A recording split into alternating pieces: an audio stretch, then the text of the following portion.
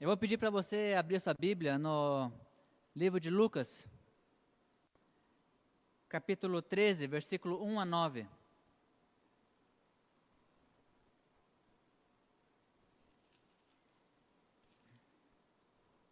Lucas 13, versículo 1 a 9. Naquela mesma ocasião, chegando alguns, falava a Jesus a respeito dos galileus, cujo sangue Pilatos misturara com os sacrifícios que os mesmos realizaram. Ele, porém, lhes disse: Pensais que esses galileus eram mais pecadores do que todos os outros galileus por terem padecido estas coisas? Não eram, eu vos afirmo. Se, porém, não vos arrependerdes, todos igualmente perecereis.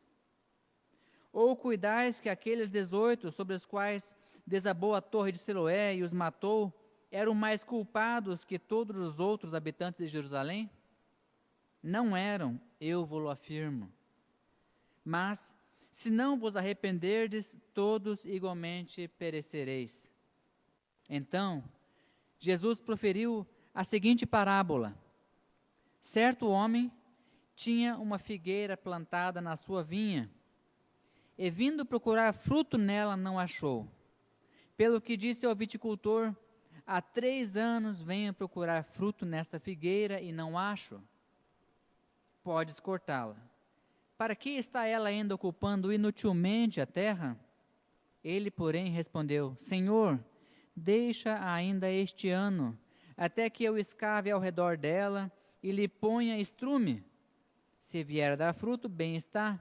Se não, mandarás cortar. 3 situações a gente vê nesse texto. Primeiro, é a atrocidade de Pilatos com relação aos galileus. A segunda é o acidente que aconteceu na obra junto ao tanque de Siloé. E o terceiro é a parábola da figueira que não deu frutos.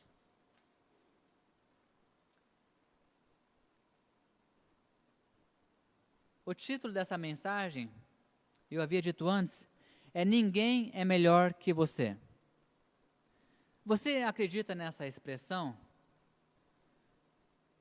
Eu não estou dizendo a respeito de alguma aptidão que você tenha a mais do que eu, ou de alguma posse, algum bem que você tenha a mais do que eu, ou do que a outra pessoa. Eu estou falando de um modo geral. Se colocar tudo na balança, o que você tem, o que você faz, você é melhor que eu, é melhor que quem está no teu lado.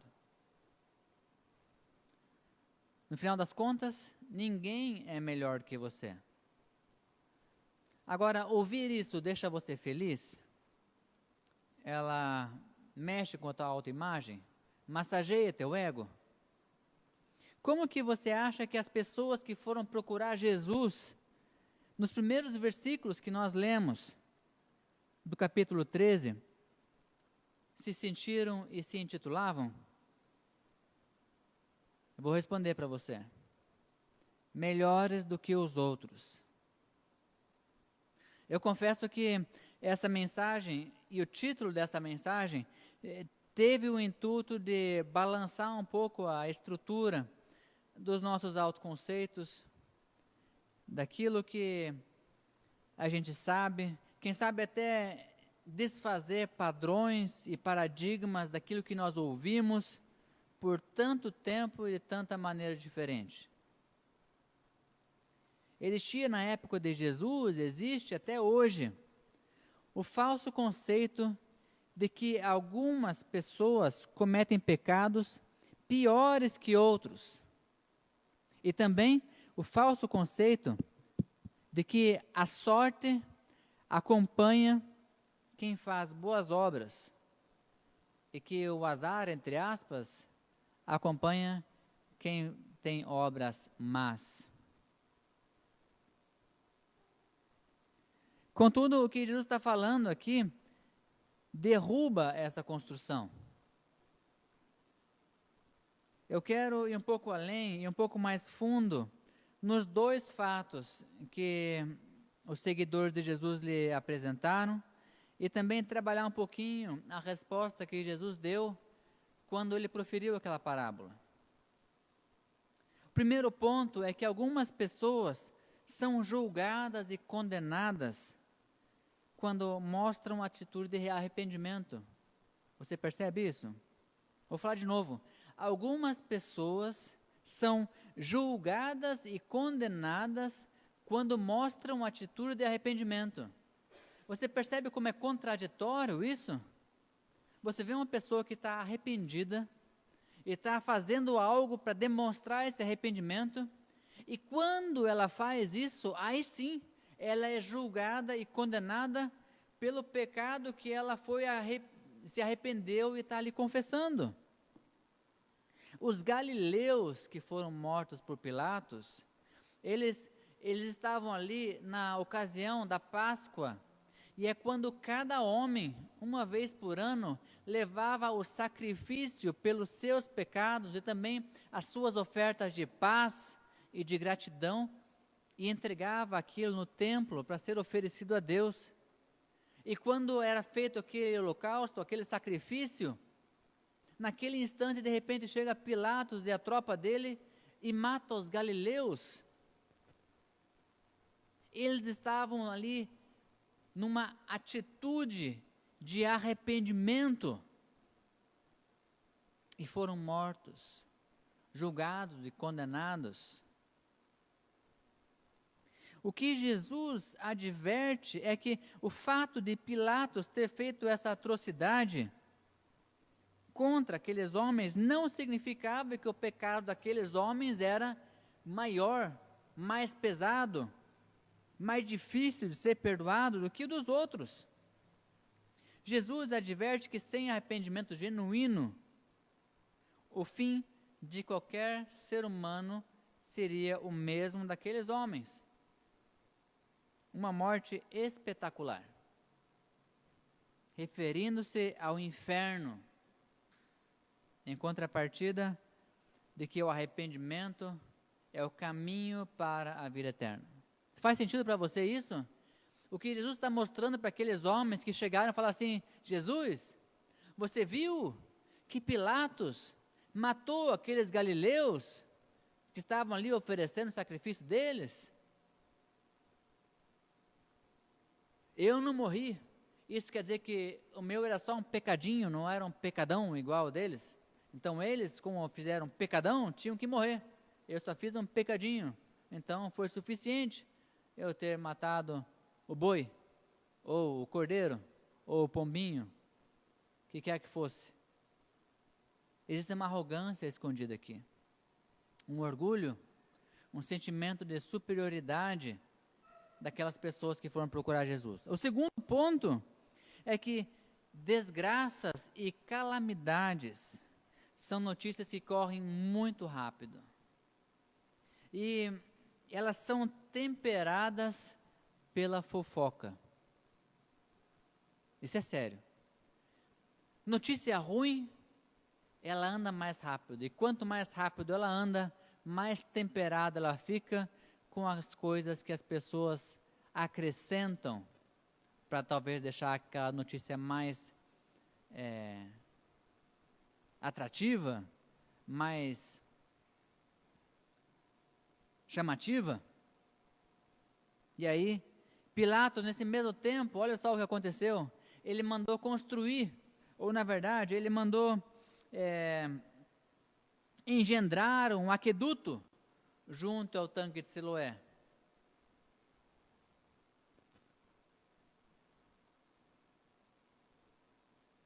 Mas, por algum tipo de erro na engenharia daquela construção, a torre que seguraria aquele aqueduto desabou em cima de 18 pessoas.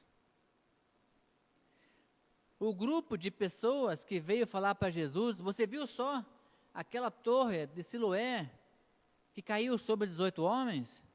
Primeiro, o tanque de Siloé era um tanque que tinha significado para os judeus.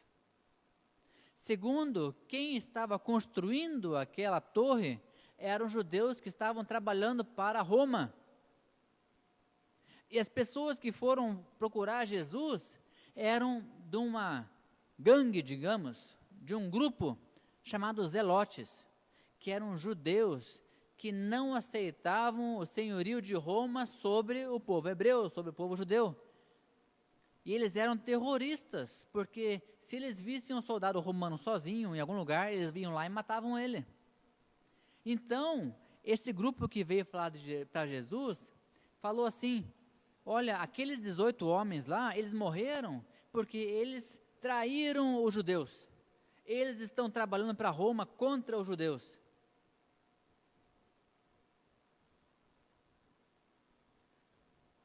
É como se aquele acidente terrível fosse uma forma de justiça divina aos olhos daquelas pessoas.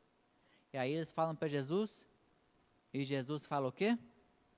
Olha, se vocês acham que aqueles lá pecaram mais do que vocês pecaram, se vocês não se arrependerem, vocês vão ter o mesmo fim que eles. Do que Jesus está falando? Que morrer ou não em um acidente trágico não implica em justiça divina. Não tem nada a ver com justiça divina. O que Jesus está falando é que a questão da morte física é comum do ser humano. Faz parte do ciclo da vida. Agora, a morte espiritual, a morte eterna, essa sim está no nosso controle. Essa sim nós podemos fazer alguma coisa a respeito. O terceiro ponto foi a resposta em mistério que Jesus deu quando ele falou da figueira. A figueira, ela retrata uma cena comum daquela época.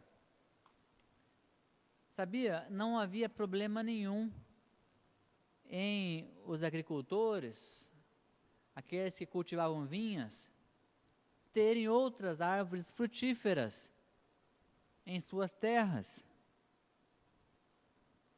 Ainda assim, aquela figueira, ela estava ali fazia 3 anos e não tinha dado frutos.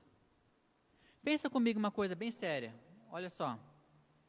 Se a figueira estava lá há 3 anos, por que será que isso é tão importante estar na Bíblia? A gente plantou uma macieira na nossa casa em Pinhais. Era uma muda que tinha talvez 1 metro de altura. A gente plantou perto da janela do quarto da Carol. E passou tempo, encheu de folha, as formigas comeram tudo, depois encheu de folha de novo, e a gente tentando às vezes limpar o espaço em volta, e nada, nenhuma florzinha, nenhum broto, nenhuma fruta, por vários anos. Até que a gente resolveu fazer uma obra, e aquela macieira foi dessa para melhor, virou adubo. Aí, por que eu estou falando isso? Eu já estava frustrado com aquela maçã que tinha tanta propaganda, que era maçã argentina e não sei o que lá. Eu queria saber, eu queria sentir o gosto daquela maçã e nem cor da maçã eu vi. O dono da figueira aqui, você acha que ele pensou diferente? Fazia 3 anos que aquela figueira tinha sido plantada ali. Só que vou contar para vocês uma curiosidade. Aquele senhor da vinha não queria mais a figueira lá depois de 3 anos. O viticultor, ele sugere alguma coisa inusitada. Eu não sabia que era inusitado até eu preparar essa mensagem de hoje. Acredite. Sabe por que inusitado? Porque não se aduba figueiras. Não se aduba.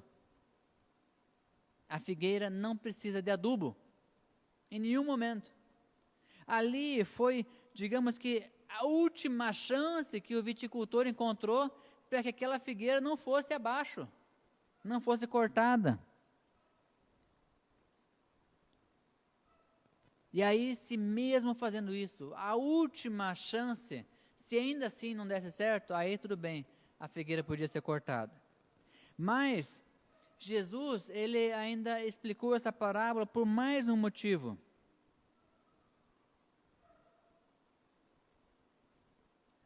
Existia uma tradição judaica que ela vem a partir dos rabinos que interpretaram o capítulo 9 de Levítico, que disse assim: quando você chegar na terra prometida, vocês vão plantar ali todo tipo de árvore frutífera. E aí, nos 3 primeiros anos, todo fruto será deixado na árvore para cair sozinho, não pode comer. O 4º ano, você vai colher tudo e vai oferecer ao Senhor como oferta. E o 5º ano, aí sim, você pode colher. Então, se já estava aqui 3 anos plantada e não tinha dado fruto nenhum, a expectativa daquele agricultor era que já fosse a hora de colher as frutas, por isso que ele foi lá colher, para fazer a oferta e para o ano seguinte poder colher para si os figos. Então, Jesus usa essa parábola para explicar a situação que os homens haviam trazido a ele anteriormente. De nada adianta você estar plantado no lugar certo, ser a árvore do tipo certo, e ainda assim não dar o fruto que é esperado que você dê no tempo que é esperado para você dar. Então, dá para entender que no início essa árvore, ela não nasceu ali a partir de uma semente. Ela foi transplantada para lá, para poder dar frutos. Mas os primeiros frutos não devem ser considerados. Deixa acontecer. Não se sabe se aquela árvore, se aqueles frutos vão persistir ou não.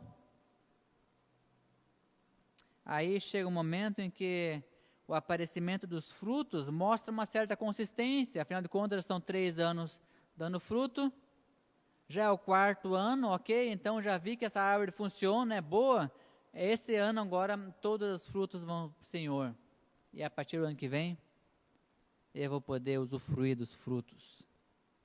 Aí, a árvore vai dar cada vez mais frutos. Quanto mais dela é tirado, mais ela dá fruto. Então, para a gente concluir, as lições práticas que a gente tem dessa mensagem é que ouvir a palavra de Deus e não agir conforme o que nós ouvimos é ser uma árvore estéril. Existe um momento em que é esperado um posicionamento individual de cada pessoa diante do plano de salvação de Deus. Você e eu somos confrontados. Eu já fui em 99. Talvez você esteja sendo confrontado agora. Você quer Jesus como Senhor e Salvador da sua vida? Você quer se posicionar a respeito? Agora, aquelas pessoas que não entenderam o principal ponto da mensagem de Deus para a humanidade, às vezes elas precisam de uma ajuda especial por algum tempo.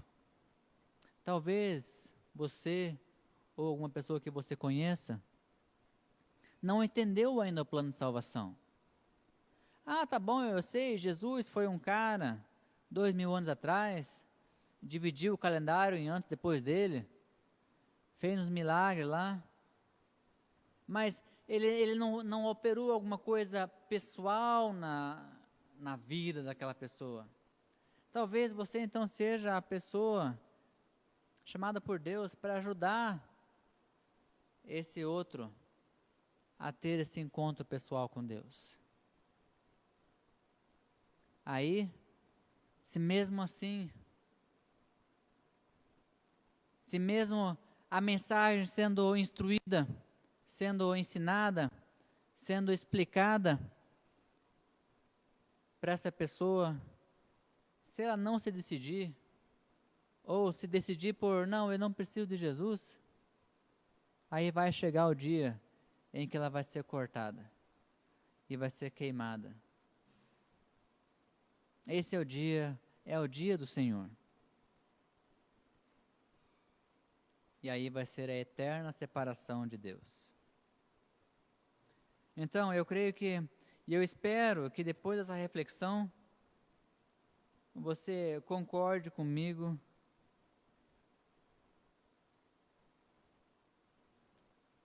que sim, existem pessoas diferentes uma das outras, mas que não existe ninguém melhor que ninguém. Toda vez que você for tentado achar que outro é merecedor de punição,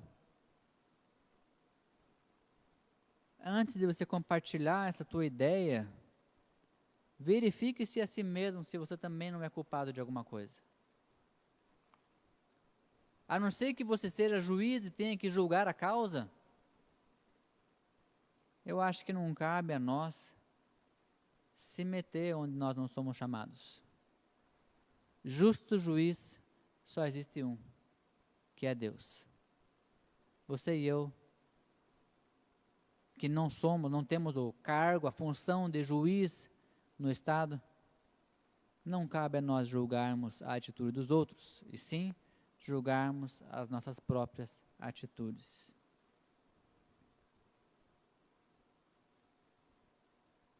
O que importa não é o que o outro está fazendo, fez ou vai fazer.